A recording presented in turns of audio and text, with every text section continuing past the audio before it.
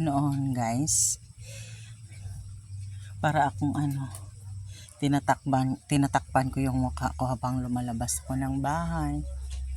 Itinatago ko yung tiyan ko kasi ang laki ng tiyan ko ay kung magsuot ng maikli, nahihiya ako.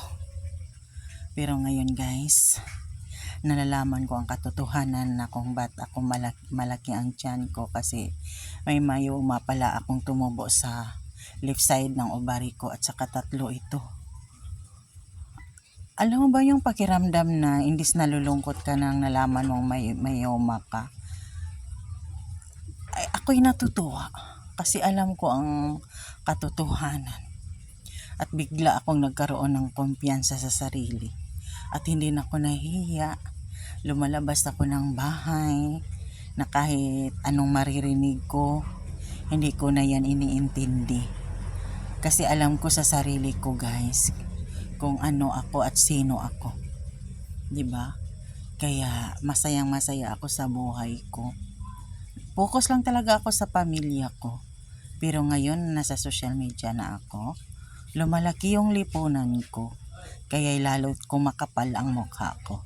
Kaya kahit anong maririnig ko, wala na yang sa akin. Naging manhid na ako sa lahat ng bagay. Kasi alam ko sa sarili ko kung ano at sino at anong ginagawa, kung ano ang katotohanan. At saka naman nasa akin ay hindi naman sila ang nagpapakain sa akin. At hindi rin silang bumibili ng lahat kong mga kailanganin. Ang husband ko ay laging nakasuporta sa akin. Kaya kahit anong maririnig ko, kahit anong tingin nila sa akin, hindi na ako madadala niyan. Kasi proud ako sa sarili ko. Kasi minahal ako ng asawa ko na ganito ako. Tanggap niya na ganito ako. Siya lang ang taong tumanggap sa akin ng buong buo. Siya lang ang taong nagpalakas ng aking kalooban. Siya lang ang taong nagpapakita sa akin na mahalaga ako sa mundong ito. Nasa kanya ang lahat ng siya ang sa akin, nakaintindi. Ayan, kaya hindi na ako madadala kahit ano pa ang tingin at sasabihin ng iba. O diba, masaya lang ako lagi.